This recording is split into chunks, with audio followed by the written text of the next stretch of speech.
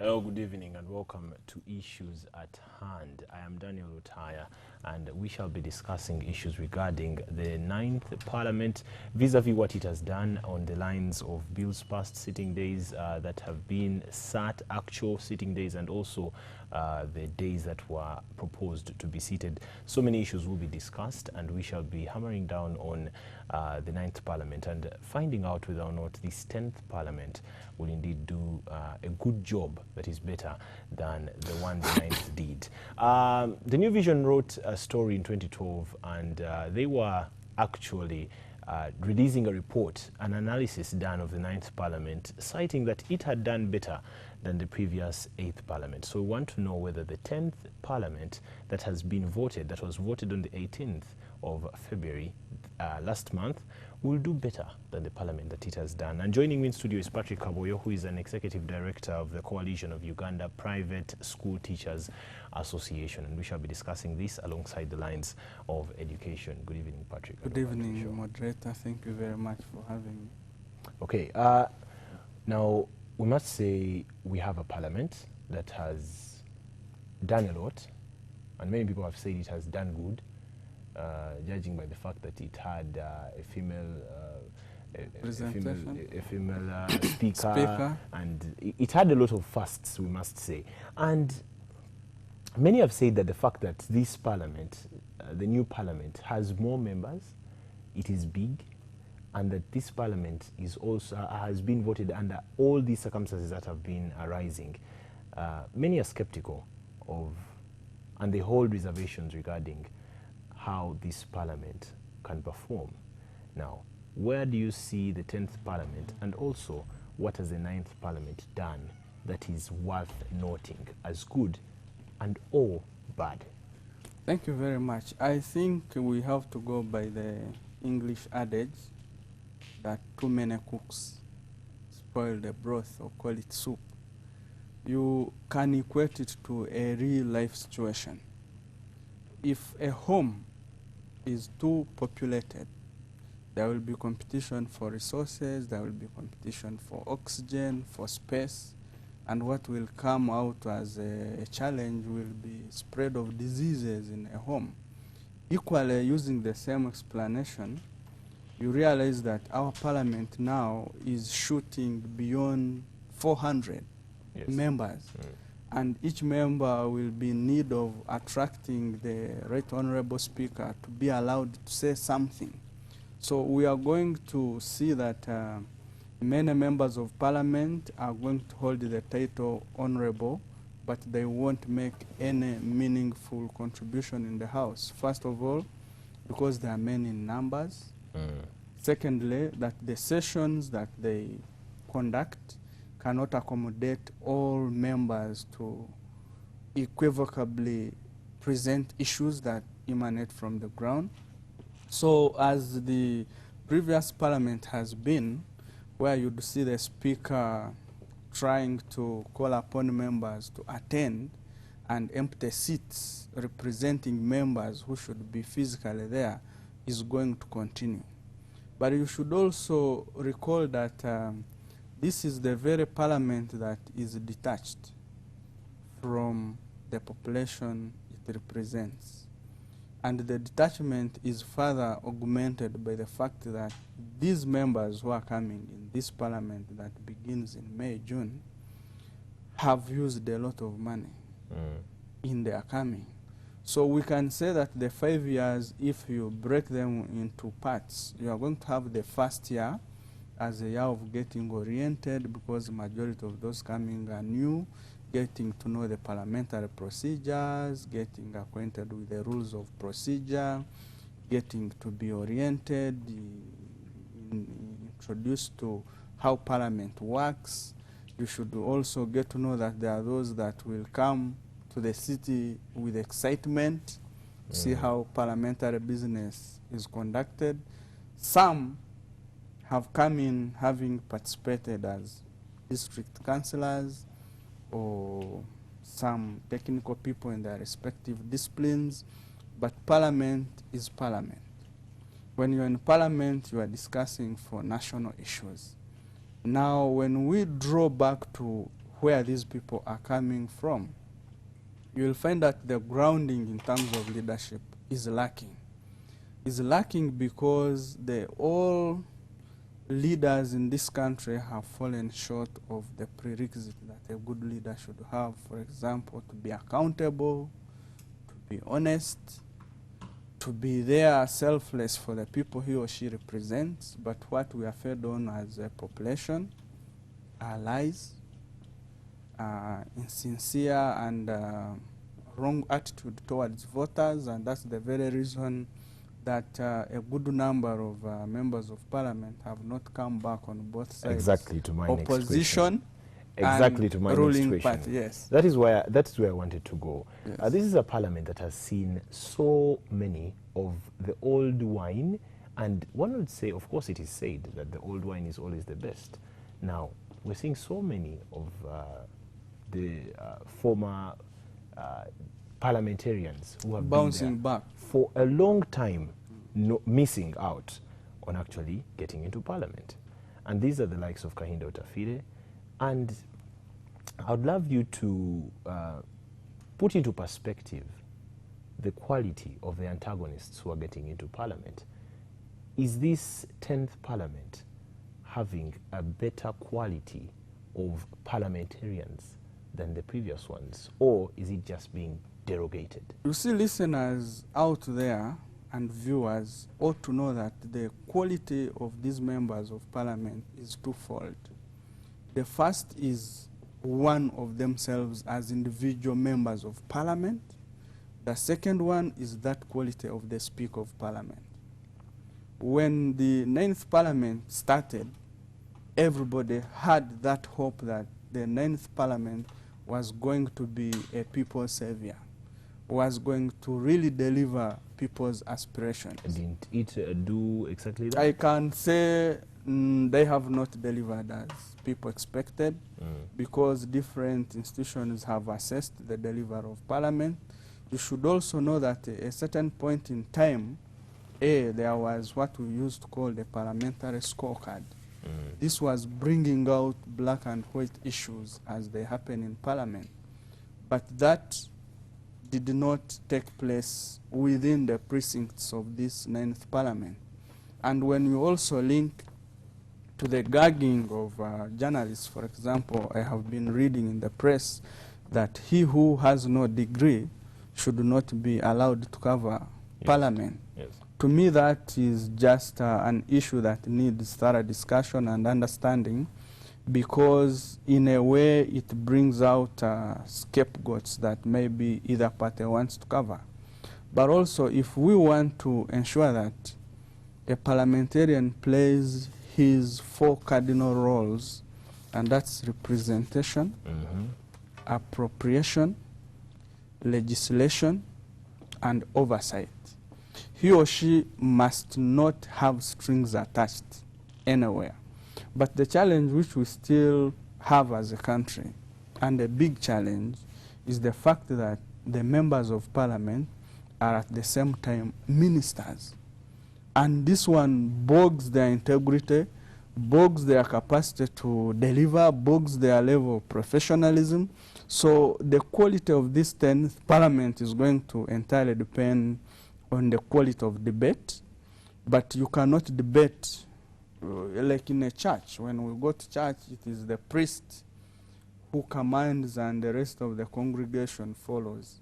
But imagine if everybody spoke in the church, what would it be? Because the congregation is big. Equally, the 10th parliament is likely to be equated to a UPE classroom, for example, where a teacher is driving a classroom of 150 children in class.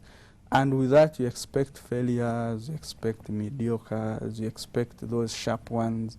But as you go along, I think we have hope that a few of those young turks that have come are really yearning to debate, are energetic, and it also brings in new energy to balance with the old folk that has been in parliament, much as those that were old also have bounced back. Patrick, by virtue of Article 79 of the Constitution, Parliament is the only lawmaking body that I know of, and it has a legal mandate to make those laws, or it can delegate that power to another body to make the laws. Now, one would think that the bigger the better. How is this playing out vis-a-vis this Parliament, because it is now bigger? You see, bigger can be better, but when you bring in that issue of size, you scratch me to, in fact, annoy me in terms of the way public expenditure, that each MP is likely to take home more than 25 million.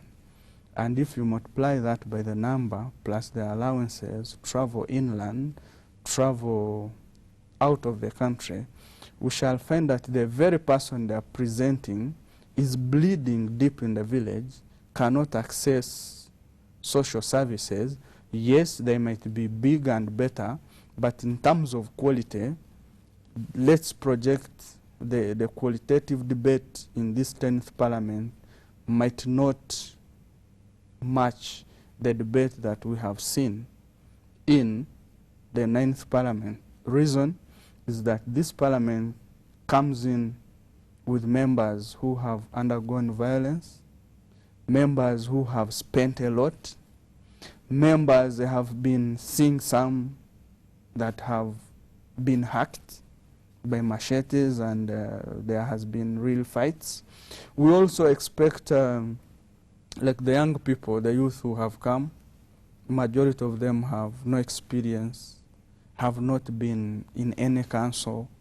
They have just come in because they feel they have age in the youthful bracket, but experience, grooming, mentorship, and a people culture that brings leaders that can help this society has to be the way to go for this Parliament. Understanding the role of Parliament is one of the issues that will always arise in as far as assessing the performance of a previous parliamentarians or a previous constituency member of Parliament, that is for the local person down there. Now, do you think people understand what Parliament and what parliamentarians are meant to do? Because we have seen so many of them losing out on their seats. Now, are they losing out because they have failed to follow Article 79 and make the laws? Are they failing to come back because they have failed to debate in Parliament? Or are they just becoming unpopular? Or at last, are they not conforming to the ideology that a parliamentarian is supposed to come to my wedding, attend my wedding meetings, and also attend burial of all my cousins and sisters and neighbors? You see, the role of a parliamentarian is distinct. A member of Parliament is not supposed to attend people's burials, people's weddings, is not supposed to attend children's birthday or go to a school sports day and maybe offer support. Yes, that can be cutters from the MP. But since the public is deficient of the civic consciousness and civic education, they don't know the roles of their members of Parliament or their representatives. But also some good members of Parliament have tried to really go out to the people and sensitize them using the civil society platforms that are available, but also using churches. There are also members of Parliament who feel comfortable by having a naive society that does not know what their roles are. I will take you again to the Constitution, which has it clear that the Constitution of this Republic shall be translated for these people to understand it. But these are the members of Parliament. Some of them have served 4 or 5 terms, and none of them has brought it to the floor of Parliament that it's high time that our population got to have this Constitution translated. They don't want that because they will be held accountable. For those that have that interest, well and good. But also when it comes to the general literacy levels in the countryside, you find that both adults and children cannot fully interpret texts that are in books. And this is a result of the fact that a good number of our Ugandans, both elite and illiterate, find it as a punishment to read, or to read extensively.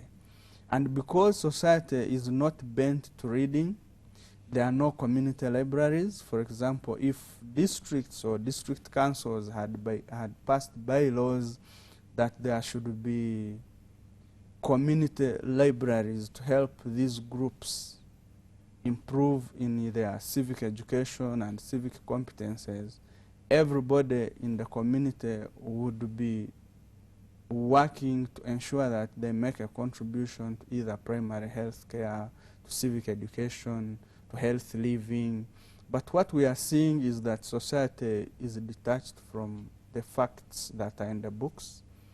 People have apathy, people have resigned, they just wait for the politicians to come and educate them. So we need to do much in terms of advancing causes for functional adult literacy. The old women and men ought to know what we have in our statutory books. All these laws that members of parliament have made have not been sent back to the population to understand and interpret and see how the country is moving. They are just driven by emotions, save for those who have relatives in the household who have gone to school, they can share.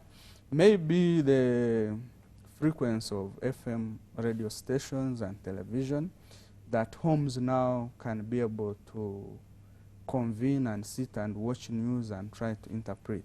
But we still see lack of qualitative analysis. We still see faces of a few individuals taking people at ransom, like not having them to interpret what is behind the curtain. So we want to unveil the curtain so that people can see what is behind there.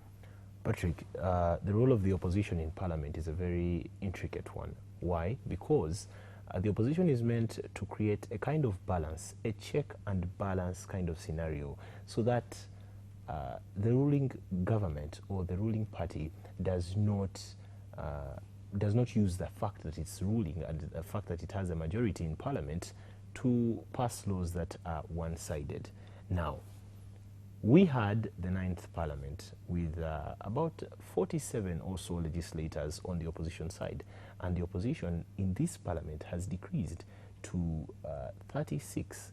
Yeah, that is if I have my statistics right, but they have decreased. Now, who is going to check the ruling NRM government in parliament? You see, when we discuss issues of the ruling party and the members of opposition, it brings us again to the fact that despite our being in a multi-party dispensation, both the ruling party and the population out there have not understood that we're in a multi-party dispensation, how we should conduct ourselves, how we should conduct our politics, how we should behave. And I'm saying this because when you listen to some senior people in government, they take members of opposition as enemies. Yes. They would even not shake hands if they were to meet in corridors. And to me, that is not the spirit. The spirit in politics is all about competition. And you compete with the right and best ideas. And when we come to who is going to ensure that there are checks and balances, I want to state it categorically clear that much as the NRM party has the majority, there are individual members of parliament in NRM that are independent thinkers, that cannot go by the omnibus kind of thinking, that cannot be swayed away by what majority take. I will give you the example of those they have called in the past, yes, rebel MPs. To me, they should be NRM rebel MPs because they rebelled against the NRM tenets. yes. But when we come to the public realm, like some of us who don't subscribe to any party, we see those gentlemen interestingly, there was no lady. We see those gentlemen as very objective Ugandans who legislated for the right cause. But because they did not toe the other line, they rebelled against their gurus in their party, and they were labeled rebels. But surprisingly, those are the very individuals, apart from one, Honorable Chamadidi, Yes. the rest have come back. In fact, Honorable Chamadidi can be faulted for having accepted to bend or to go and apologize, and what has come out befalling him, it is him who can tell. But I'm not promoting the spirit of belligerence or promoting the spirit of rebellion. I'm just promoting the spirit of confidence building, the spirit of critical thinking, the spirit of independence, and saying it as it is, whether one is 100 years and you are 60 years or 50, if a color is black, it cannot be white.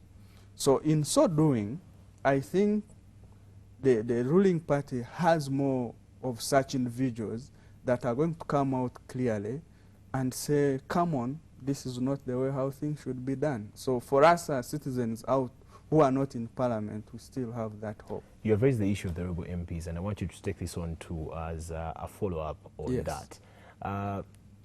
The rebel MPs, of The course, they- NRM rebel the NRM MPs. rebel MPs, Yes. as you put it, they of course did some. They said some things against their party, and that was okay to the public realm. Now, a member of parliament is torn between two worlds, or is at a junction, and he either conforms to the party, and that is brought about by the multi-party dispensation that you were talking about, and he either also goes to the other side of representing the people. So tell me, how is a member of parliament, or who is a member of parliament supposed to represent? Is he supposed to represent the Conservative Party, or the NRM, or the FDC, or DP, whatever party he comes from, or is he meant to represent the people who, mind you, are of different parties? In fact, Article 1 of the Constitution is very clear that all power belongs to the people. I will not add on. But the fact that these members of parliament had a case in court, despite the fact that they went through a lot of stress, haggling here and there, looking for legal attention to be defended, they won because the judges in the courts put it clear that they are people's representatives and not parties' representatives. To me, it is people first, party second. But when we come to the real core function of a multi-party dispensation, this 10th parliament has to have the line clearly drawn to understand right from the speaker to the deputy speaker to the members of parliament that the business they are transacting is in a multi-party dispensation. And as I said it, I want to re-echo it and say that for this country to progressively move into a semblance of good democracy, we need to distinguish ministers from members of parliament. We need to see that the same minister who is well positioned somewhere does not use the influence of his position or her position as MP to influence things at the local government, to bog down the chief administrative officers and local councillors because he or she is both an MP and a minister. If the line is cut clear, let's say in a church, if the bishop is to speak, a bishop is invited by somebody else, and the functions played by the bishop are different from those played by the catechist or the priest. So we need to see that each party plays its role, because we are struggling to achieve institutional independence and functionality. Now, Patrick, Yes. ministers are appointed, and the appointing authority is well known, the president. Yes. The law is very clear. For a person to become a minister in cabinet, they have to have qualifications of a member of parliament. Now, who better to take than the Member of Parliament himself? You see, like our neighboring country here in Kenya, it has a different parliamentary system because they have just had what we call a good constitution that has clearly drawn those lines. And to them, by the way, they had to dig deep into the Ugandan constitution, read it, copied the good things in there, and they came up with their good constitution, which clearly defines what we are discussing. When you go to Rwanda, for example, the parliamentary system has the lower level and the higher level. But when we come to this country of ours, we have failed to learn and pick out what works for us, because leaders at all levels seem to be intolerant, seem to be not looking to the future. To me, they seem to be short-sighted. They are not considering the generations to come. They are considering, like the Lord's Prayer says, give us today our daily bread. But beyond today, there is more to come. Yes. Okay. Of course, I want you to also tackle this. The Ninth Parliament has made so many mistakes, and notable among them is the fact that they passed a law without full quorum, and that was a very big mistake because the law went ahead to be annulled by the courts of law. Now, do you think the 10th Parliament will learn anything from the 9th Parliament, as the 9th Parliament did with the 8th, because it has been a trend of better performance parliament after parliament? Will we see this trend continuing? Like if you have a son who goes to school, at end of term, he or she brings back home a report card. A termly report card might not be valued as that one of end of year.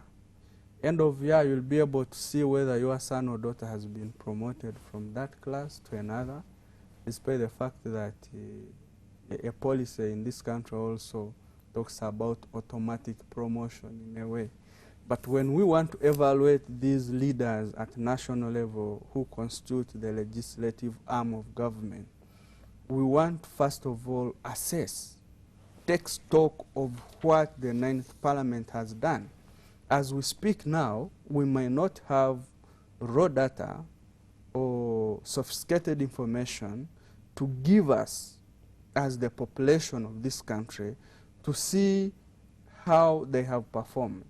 Newspapers tried to gauge them by putting those who have spoken, those who have not spoken a lot, and those who have stood on the floor of the House. But to me, that comes in with a qualitative debate. What we need to see is a good Speaker of Parliament and a good Deputy Speaker that will ensure that the flow of Parliament is balanced, that people are discussing objectives. But I would also love to see that the 10th Parliament prioritizes research, that every aspect of debate on the floor in the House is backed up by research, both locally and also internationally. So I would vouch for serious expenditure in terms of qualitative research other than those allowances that they are getting.